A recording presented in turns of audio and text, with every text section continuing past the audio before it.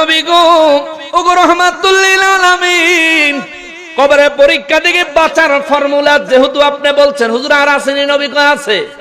নবী গো রাহমাতুল লিল আলামিন, কি ফর্মুলা যদি দয়া করে একটু বলতেন। আমার নবীজির সাহাবী হযরত আব্দুল্লাহ ইবনে মাসউদ রাদিয়াল্লাহু তাআলা আনহু একখানা হাদিসে মুবারক বয়ান করেন। ইমাম জালালউদ্দিন সুয়ুতী রাহমাতুল্লাহ আলাইহি এই শরহুস সুদুর কিতাবের 150 পৃষ্ঠায় বাবু মাল্লা ইয়াসআলু ফিল কবরি, এই অধ্যায়ের মধ্যে হাদিসে মুবারক বর্ণনা করেন। ফাআন ইবনে মাসউদ রাদিয়াল্লাহু তাআলা আনহু قال মান ক্বারা সূরাতুল মুলকি কুল্লা লাইলাতিন আসামা মিন ফিতনাতাল কবরি। আমার নবীজির সাহাবী হযরতে আব্দুল্লাহ ইবনে মাসউদ রাদিয়াল্লাহু তাআলা আনহু বলেন, যে ব্যক্তি প্রতিদিন রাতের বেলায় সূরা মুলুক তেলাওয়াত করে, সূরা মুলুক তেলাওয়াত করে, আমার নবী বলেন, আমার নবীজির এই সাহাবী কয়, নবীজি বলেছেন আসামা মিন ফিতনাতাল কবরি, ওই ব্যক্তির আল্লাহ কবরের পরীক্ষা, কবরের প্রশ্ন থেকে হেফাজত করবে। কোন সূরা? সূরাতুল মুলক। সূরাতুল কোথায় আছে? 29 পারায়। কোথায় আছে? যে কোন ছাপা কোরআন শরীফ 29 পারার প্রথম পৃষ্ঠাতেই আছে সূরাতুল মুলক। আয়াতে কারিমা হলো বিসমিল্লাহির রহমানির রহিম তাবারাকাল্লাযী বিয়াদিহিল মুলক ওয়া হুয়া আলা কুল্লি শাইইন কাদির। সুবহানাল্লাহ। এই সূরাটা প্রতিদিন রাত্রেবেলা ঘুমানোর আগে পড়েন। যদি অভ্যাস করতে পারেন, মৌতের পরে চিন্তা নাই, কবরের মধ্যে প্রশ্ন নাই। কবরে যাইবেন, খালি ঘুমাইবেন, ঘুমের তুইটা হাসরের ময়দানে হাজির হইবেন। রমজান মাসে রোজা রাখলে এই রোজার খাতিরে হাসরের ময়দানে উঠলেই ফেরেশতারা ডাকবো, আয়েন আয়েন, আসেন আসেন আসেন, এই আপনারা আসেন, এই আমরা এই মিয়া খার রইছেন কেন, আয়েন এদিকে আয়েন, এদিকে আয়েন, আপনারা ডাকতেছে ডাকতেছে। আপনি দৌড়ে যাবেন, কই ডাকতেছে? কই ভিতরে ভিতরে ভিতরে। দৌড়ে ভিতরে গিয়া দেখবেন আল্লাহ হেন ভিতরে দিয়ে বিরাট বড় এক জিয়াফতের ব্যবস্থা। জোরে কইতে পারলেন না? না খাইতেন না, জিয়াফত খাইতেন না? খাইবেন নি না? রোদের মধ্যে খালি থাকবেন, ফাড়ায় লাইব রইতে। মাথার অর্ধ উপরে সূর্য আইব, মাটির তামা বানাই দিব, আপনার মাথার মগজ খালি টকবক টকবক করে ফুটবো। আরে জ্বালা, হেন মরণও নাই। জ্বালার কোন শেষ আছে? এত কষ্ট পাইবেন কিন্তু মৌত নাই। দেশ তো দুনিয়ার তো বেশি জোরে মাথার মধ্যে বাড়ি দিলে বেটকি দিয়ে মরে যাগা, হেন মরণও নাই। এই যে টকবক করে ফুটবো, চোখে মুখে দিয়া বাইয়া ভরবো, কত এমনি এমনি হালাইবেন।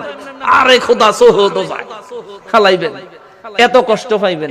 কিন্তু কিছু মানুষ আছে উম্মতে মুহাম্মাদি যারা দুনিয়ায় রমজান মাসে রোজা রাখবে, আমার নবী কয় আল্লাহ তা করে হাসরের ময়দান তনে ডাইকা নিয়া একটা এরকম প্যান্ডেল বানাইয়া সেই জায়গার মধ্যে আল্লাহ তাগরে জিয়াফত খাওয়াইব। জিয়াফতের খানা কি? তবারুক না নরমাল খানা? ওটা কি? তাবাররুক। এটা কি? সুন্নিরা খাইব, সুন্নিরা খাইব। দুনিয়াতে আমরা তবারুক খাই, হেন গিয়েও খাবো। কিন্তু ভাই তুমি যেন ভাই তবারুকের বিরোধিতা করলা, তোমার নসিব জুটবো নি, তুমি নিজেই চিন্তা করে দেখো। আমি কি একবারে বেশি কষ্ট দিয়ে লাইছি কথাটা কইয়া? হেরা তবরুকরে পায়খানার সাথে তুলনা করছে না? যদি ওই বেচারা মরে গেছে, আমরা দোয়া করি আল্লাহ তারে মাফ করে দেখ। আল্লাহ যদি তারে মাফ করে দেয়, আমরা কোনো ক্ষতি আছে? আল্লাহ মাফ করে দেখ, আমরা দোয়া করি। কোন আমিন, আরো জোরে কোন আমিন। কিন্তু হ্যাগো হুজুর এই কথাটা কনে, হেরা যেহেতু কেউ প্রতিবাদ করে নাই, তাইলে এটা হ্যাগো মনের মতন কথা, ঠিক না ভাই? তোমার হুজুর কইছে আর তুমি মাইনা নিছ, কিয়ামতের ময়দানে আমরা খামু, ঠিক কিনা? নবী কইছে আমরা কবর বলে খাওয়াইবো। কে কে খাওয়াইবো? তাও দুনিয়ার খানা না রে, জান্নাতি খানা। সুবহানাল্লাহ। আমরা কবরে খামু, হাসরের ময়দানেও খামু। নবী আমার রাহমাতুল লিল আলামিন কয় উম্মত রে, দুনিয়া যদি রমজান মাসে রোজা রাখো, ঠিক মতো রোজার হক গুলি যদি আদায় করো, হাসরের ময়দানে তুমি ওঠার সাথে সাথে তোমার ডাইকা জিয়াফত খাওয়াইতে নিয়ে যাইব। ওই জায়গা যাইবা, জিয়াফত খাইবা, খায়া খানা শেষ হইব, দাঁত খিলাইতে খিলাইতে বাইরের দিকে বাহির হইয়া দেখবা পুরা মাঠ ফাঁকা। সুবহানাল্লাহ। ফাঁকা দেখা দৌড়ে আবার ভিতরে ঢুকে যায়, ওমা কই গেছিলাম, এটা আবার কোন জায়গা? যে সময় উঠছিলাম কোটি কোটি মানুষ দেখছিলাম, 120 কাতার। অহন যেন গেছি রে দিক খাইলা ময়দান দেখা যায়, মনে হয় ভুল করে অন্য কোনো মাঠে ঢুকে গেছি। দৌড়ে বিতে যাবো, ফেরেস্তা কই যান, আবার কই যান, আরেকবার খাইবেন? না আর খাম না। তাইলে কিনলে গাইছেন? কয় আমরা যেহেন তাইছি, আমরা হেনা যাম করে একটু দিয়ে আইন। ফেরেস্তা কো ভাই আমার লগে লগে দইরাই না, সামনে ছেড়ে দিয়ে এই বেটা কইলে আইছো তানো, একটু আগে আমিও আইছিলাম, এখন তুই কেউ নাই। ফেরেস্তা কইব থাকবো কেমনে, সবার বিচার কার্য শেষ হইয়া গেছে। কবে বাদ দুগা খাইতে খাইতে, এই খাউন দুগা খাইতে খাইতে বুঝি বিচার শেষ হয়ে গেছে। খবর আসেনি 50,000 বছরের সমান লম্বা একটা সময় ধরে আমনে শুধু খাইছে। জোরে কোন সুবহানাল্লাহ। খাওয়ানোর সময় সময়ের খেয়াল দাও।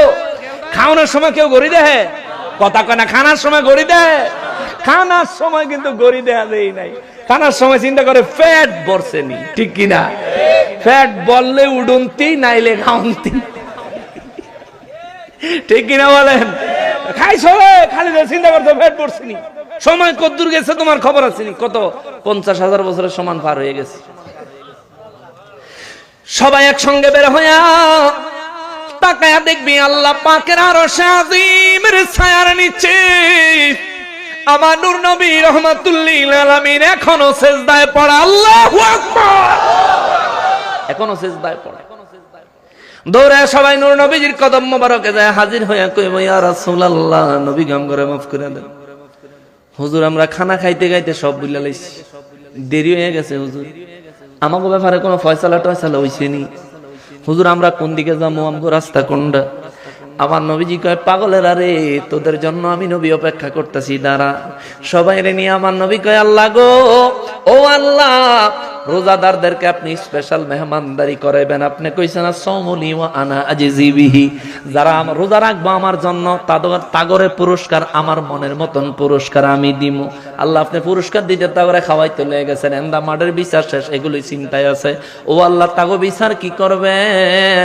আল্লাহ কয় এমনিই তো তারা আমার মেহমান, আমার মেহমান করে যদি জাহান্নামে দেই বেশি ভালো দেখা যায় না। হুজুর আপনি তাদেরকে নিয়ে দলে দলে জান্নাতে চলে যান। জোরে কোন সুবহানাল্লাহ। মুসলমানের এই জন্য নূর নবী কয় উম্মত রাতের বেলা সূরা মুলুক পড়িও। সূরা মুলুক যে ব্যক্তি পড়বা আসামা মিন ফিতনাতিল কবর, তোমার আল্লাহ কবরের ফিতনা, কবরের পরীক্ষা থেকে হেফাজত করবে। ওয়া মিন ওয়াজাবা আলা কওলিহি তাআলা ইন্নী আমানতু বিরাব্বিকুম ফাসমাউন সাহালাল্লাহু আলাইহি সুআলা মুনকার ওয়া নাকির। জোরে কোন সুবহানাল্লাহ। নবী কয় উম্মতেরে আরো একটা আমল করতে পারো, ইন্নী আমানতু বিরাব্বিকুম ফাসমাউন, সূরা ইয়াসিনের 25 নম্বর আয়াত। নবী বলেন এই আয়াতে কারিমাটা সব সময় বেশি বেশি পরিমাণে পড়িও। সুবহানাল্লাহ। নবী গো যদি এই আয়াত বেশি বেশি পড়ি কি বেনিফিট, কি লাভ হবে? আমার নূর নবী কয় উম্মত যদি এই আয়াতে কারিমা বেশি বেশি পরিমাণে পড়তে পারো, কবরে মুনকার এবং নাকির ফেরেশতা তোমারে যে প্রশ্ন করতে আসবে তাদের প্রশ্ন থেকে আল্লাহ তোমারে হেফাজত করবে। জোরে কোন সুবহানাল্লাহ। মুসলমানেরই আবার আরেকদল সাহাবী আয়েশা কয় নবী গো, ও নবী, কবরের আযাব থেকে বাঁচার জন্য, কবরের পরীক্ষা থেকে বাঁচার জন্য, কবরের প্রশ্ন থেকে বাঁচার আর কোনো উপায় আসেনি? আমার নবী রাহমাতুল্লিল আলামিন কয় আরো আছে, আরো আছে, আরো আছে। নবী গো কি ব্যবস্থা আছে? আমার নবী বলেন ফানির বারা আন্না রাসূলুল্লাহ সাল্লাল্লাহু আলাইহি ওয়াসাল্লাম قال মান ক্বারা আলিফ লাম মিম আস-সাজদা ওয়া তাবারাকাল মুলক ক্বাবলা আন-নাওম নাজা মিন আযাবিল কবরি ওয়া ওয়াকিয়া ফিতানিয়াল কবর আও কামা ক্বালা আলাইহিস সালাতু ওয়াস সালাম। চিৎকার দিয়া পড়েন সুবহানাল্লাহ। নবী বলেন আমার উম্মতের মধ্যে যে ব্যক্তি ঘুমানোর আগে আলিফ লাম মিম সাজদা একটা সূরা আছে কোরআন শরীফে, আলিফ লাম মিম সাজদা। নবী বলেন এই সূরাটা যে ব্যক্তি ঘুমানোর আগে তেলাওয়াত করে এবং সূরা মুলক তাবারাকাল্লাযী বিয়াদিহিল মুলক তেলাওয়াত করে, আমার নবী বলেন উম্মত তারে কইয়া দিও আমার ওই উম্মতের আমার আল্লাহ কবরের আযাব থেকে হেফাজত করবে। কিসের থেকে? কবরের। কিসের থেকে? কবর আযাব। সাহাবায়ে কেরাম বলেন হুজুর কবর আযাব হওয়ার ম্যাক্সিমাম কারণ কি? নবী কয় সামান্য কারণ। কি কারণ হুজুর? নবী বলেন সামান্য কারণ। নবী গো কি কারণ যদি একটু বলতেন। আমার নবী বলেন তোমরা যে প্রস্রাব করো, প্রস্রাব করে ঠিক মতো ডিলা কুলুক ব্যবহার করো না, ঠিক মতো পানি খরচ করো না। আমাগো যুবকরা যে টাইট ফিটিং জিন্সের প্যান্ট পিনদে হাইওয়ে রাস্তার কিনারো খাড়ায়া ড্রেজার মেশিন চালায়া দেয়, ঠিক নেই? আরে সবনা সারছে যে সারছে, এর কোনো ফুক পশ্চিম আছে? এই যে সাইরা দিয়া ডাইনে ভাবে লারা সারা দিয়া আবার ভিতরে ঢুকে একটু পানিও খরচ করছে না। অনেকের হয়তো কইবেন হুজুর লজ্জা লাগতাছে, এইভাবে বলেন কেন? এটা বেদবি মাফ করবেন। আমি আপনাদের এখন শিক্ষক হিসেবে আমি যদি আপনাদেরকে বুঝাইয়া না দিই তাহলে তো আপনারা এটা আমল করতে পারবেন না। এই আমার যুবক ভাই, তুই কিচ্ছত কামড়া করছত কি? তুই দাঁড়ায় প্রস্রাব করছত, কবিরা গুনাহ। দাঁড়ায় প্রস্রাব করছত, নিজের কিডনির ক্ষতি করছত। দাঁড়ায় প্রস্রাব করছত, তোর পুরুষত্ব হারানোর রাস্তা ধরছত। দাঁড়ায়া প্রস্রাব করছত, মুসলমানের পরিচয় তেরে ইহুদি খ্রিস্টানের পরিচয় সাইনবোর্ড ফিডের মধ্যে লাগাইছ, ঠিক কিনা কর? এরপরে পানি খরচ করলি না, রাসূলের সুন্নাতের খেলাফ করলি। তুই পানি খরচ না কইরা এই অবস্থায় যে আবার সেন্ডা আটকায়া দিলি, তোর প্যান্টটা নাফা কইলো, শরীরটা নাফা কইলো। এই অবস্থায় তুই যদি মারা যাস, ইবলিস শয়তান তোর ঈমানটা ছিনায় নিয়ে যাইবো। তুই বেঈমান কাফের হইয়া মৃত্যুবরণ করার সম্ভাবনা 90%, ঠিক কিনা বলে? আমার যুবক ভাই রে, তুই জিন্সের প্যান্ট ফিন্দো। এখনকার প্যান্টটা তো আর সিরার অভাব নাই না। আগে হেনা বলে বেশি টাইট আছিল, চেইন একটাই জায়গা। এখন তো জায়গার অভাব নাই, একেবারে তলার টেনে ধরিয়া যেই পরিমাণে সিরা, মনে হয় যেন দ্বিতীয় বিশ্বযুদ্ধে এই হিটলারের বাহিনীর বোমা বাস্ট হইয়া এরপরে প্যান্ট অবশিষ্ট যা আছিল সেইটা হাতে ফিন্দা ঘুরতেছে। কি যে অবস্থা! যত বেশি সিরাত তত বেশি দাম। কি অবস্থা! মানুষের মানসিকতা কই গেছে? আমার ভাই শোনো, সাহাবায়ে কেরাম সহ আমার নূর নবী রাহমাতুল লিল আলামিন একদিন একটা কবরস্থানের পাশ দিয়ে যাচ্ছিলেন। দুইজনের কবর পাশাপাশি একটা কবরস্থানে। নবীজি তাদের কবরের পাশে দাঁড়াইলেন। নবীজি আফসোস করলেন। সাহাবীরা কয় হুজুর আফসোস করলেন কেন? আমার নবী কয় দেখো এই যে দুইটা কবর, এদের কবরের মধ্যে আযাব হচ্ছে সামান্য দুইটা কারণে। হুজুর কি কারণ? আমার নবী বলেন একজনের কবরে আযাব হচ্ছে সে প্রস্রাব করে ঠিক মতো পানি খরচ করত না, ঠিক মতো পবিত্রতা অর্জন করত না। হুজুর আর একজনের কবরে কেন আযাব হয়? আমার নবী বলেন আর একজনের কবরে আযাব হয় কারণ এটা বিনা ওযুতে নামাজি, ওযু ছাড়া নামাজ পড়তো, নাবাগ অবস্থায় নামাজ পড়তো। নুরুল ইসলাম ফারুকী রাহমাতুল্লাহি আলাইহি শহীদ, তিনি একটা ওয়াজের মধ্যে কইছিল কোন এক বেড়ারে বেলে দেখছে এত বেলে সন্ত্রাস, হেতার পকেটে সবসময় টুপি থাকে, পুলিশে দৌড়ানি দিলেই মসজিদের ভিতরে ঢুকে টুপি মাথা দিয়ে নামাজে করিয়েছে।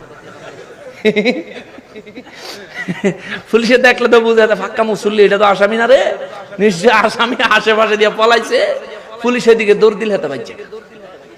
ফারুকী সাহেব হুজুর আল্লাহ আল্লাহ এতে কিনলো, হ্যাঁ এতে কিনলো, অজু নাই কিছু নাই, দৌড় দিয়ে ঢুকে মসজিদের মধ্যে ফাউডাও দিল না, নামাজও দাঁড়াই গেল। আর হুজুর কিছু কইেন না, হেতে এলাকার বড় সন্ত্রাস, হেতের পয়টা সবসময় টুপি তাই, পুলিশে দৌড়ান দিলেই হেতে নামাজও খারাপ। নবীজি বলেন উম্মত এ সাহাবীরা, দুই কবরের মধ্যে সামান্য দুইটা কারণে আযাব হচ্ছে। এক নাম্বার আযাব হচ্ছে প্রস্রাব থেকে ঠিকমতো পবিত্র হইতো না। দ্বিতীয় নাম্বার আযাব হচ্ছে সে পবিত্র হয়ে ওযু করে নামাজে দাঁড়াইতো না, অনেক সময় পবিত্র অবস্থায় নামাজ পড়তো। সাহাবীরা কয় হুজুর আপনি তো রহমাতুল লিল আলামিন, তাদের নাজাতের একটু ব্যবস্থা করে দেন। নবী কয় সাহাবীরা তাই নাকি? কয় জি হুজুর। নবীজি বলেন যাও একটা কাজ করো। কি করবো হুজুর? যাও একটা খেজুর গাছ থেকে 2টা ডাল ভেঙে নিয়ে আসো। একটা খেজুর গাছ থেকে একটা ডাল ভেঙে নিয়ে আসো। একটা ডাল সাহাবীরা ভেঙে আনলেন। নবীজি এটারে 2 টুকরা করছে। 2 কবরের উপরে নূর নবীজি 2 হাত মোবারক দিয়া লাগায়া দিছে। সুবহানাল্লাহ। আমরা এলাকায় মানুষ মারা গেলে কবরের উপরে খেজুরের ডাল বা নারকেলের ডাল, নারকেল গাছের ডাল কিংবা কাঁচা কোনো গাছের অংশ এই পুঁতে দেন না কবরের উপরে? এটা নবীজির সুন্নাত। খেজুর গাছের ডাল আইনা 2 টুকরা করে নবীজি 2 হাতে লাগায়া দিছে। সাহাবীরা কয় হুজুর এবার কি হইল? নবীজি বললেন আমি রাহমাতুল লিল আলামিনের হাতে খেজুর গাছের ডাল লাগায়া দেওয়ার কারণে এই 2টা খেজুর গাছের ডাল যতদিন তাজা থাকবে ততদিন তাদের কবরে আযাব কম হবে। জোরে কয় না, জোরে কয় না। এখন আশেপাশে কবরস্থান আসেনি? আমরা হগলতে মিল্লা গিয়া যদি খেজুরের ডাল লাগাই কবর আযাব কমবো নি? কমবো। কিন্তু নবীজি লাগাইলে কমে, ঠিক কিনা গো? আরে মুসলমান, আমার নূর নবীজির হাত মোবারকের বরকত। বদরের যুদ্ধের দিন মুসলমানের সংখ্যা 313 জন, কাফেররা 1000। 313 জনের ভিতরে মুসলমানগো ঠিক মতো অস্ত্রই নেই। বাগযোগ করে লাঠি সোডা যা ছিল সব দিয়া টিয়া 312 জনের অস্ত্র দিছে। এক পাগলারে নবীজি অস্ত্র দিতারে নাই। এই পাগলা এক হুজুর আমার অস্ত্র দেন। নবীজি কারে অস্ত্র তো নাই, দিমু কইতে। কয় দেন হুজুর। কারে পাগল কই নাই, দিমু কইতে। কয় হুজুর দেন হুজুর। নবীজিকে দেখো আলা পাগলারে বুঝাই কি দিয়া নাই তো, সব শেষ হয়ে গেছে। এই পাগলাকে হুজুর আপনি কিছু একটা আমারে দেন না, ওইটাই আমি অস্ত্র হিসেবে যুদ্ধে যাবো। সুবহান। আমার নবীজি একটা খেজুরের ডাল উঠাই কল যা যুদ্ধে যা। এই পাগলার হাতে নবীজি খেজুরের ডাল দিছে। সে নবীজির উপর মহব্বত করে খেজুরের ডাল ধরার সাথে সাথে ওই খেজুরের ডালটা বিরাট একটা তরবারি হয়ে গেছে। নবীজির হাতের বরকত। তুই কেন নবী তোমার মতো ভাই? নবীজির হাত মোবারক আছে, তোমারও হাত আছে। তোমার হাত দিয়া গাছে সারা রইলে গজব হয়ে আছে। আর নবীজির হাত মোবারক আহা। হযরতে বেলাল রাদিয়াল্লাহু তাআলা আনহু একদিন কয় হুজুর যুদ্ধের ময়দানে যুদ্ধ করতে করতে আমরা ক্লান্ত, খাওয়ার মতো পানি নাই হুজুর, পান করার মতো পানি নাই, যদি একটু পানির ব্যবস্থা কইরা দেন বেঈমানদেরকে হটায় আমরা বিজয় নিয়ে আসবো। নবী কয় তাই নাকি? সুবহানাল্লাহ কোন না? বেলাল রাদিয়াল্লাহু তাআলা কয় জি হুজুর, আপনি যদি খালি একটু পানির ব্যবস্থা করে দেন হুজুর, কাফেরদেরকে শেষ করার আগ পর্যন্ত আমরা একজন পিছপা হব না। আল্লাহু আকবার। নবী কয় বেলাল তাহলে একটা কাম করো, এই আমার ওযুর বদনাটা লও। সুবহানাল্লাহ। ওযুর বদনাটা লইছে, লয়া কয় পানি আসেনি? কয় জি না হুজুর। তলার মধ্যে কয়েক ফোঁটা দেখা যায়। এই গ্লাসটার থেকে পানি খেয়ে ফেললেও নিচে একটু পানি থাকবো না? বদনার থেকে পানি সব পানি খরচ করে লাইলে নিচে একটু পানি থাকে না? নবীজি কয় আমার লোটাটা নিয়ে আসো।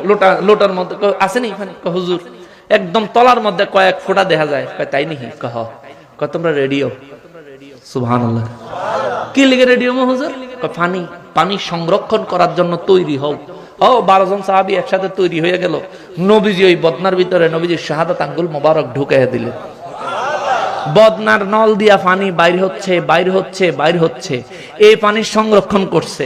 সাহাবীরা খাইছে, গোসল করছে, ওডেরে গোসল করাইছে, খাওয়াইছে। 1 মাসের পানি সংরক্ষণ করছে। এরপরে নবীজি হাত মোবারক উঠাইছে।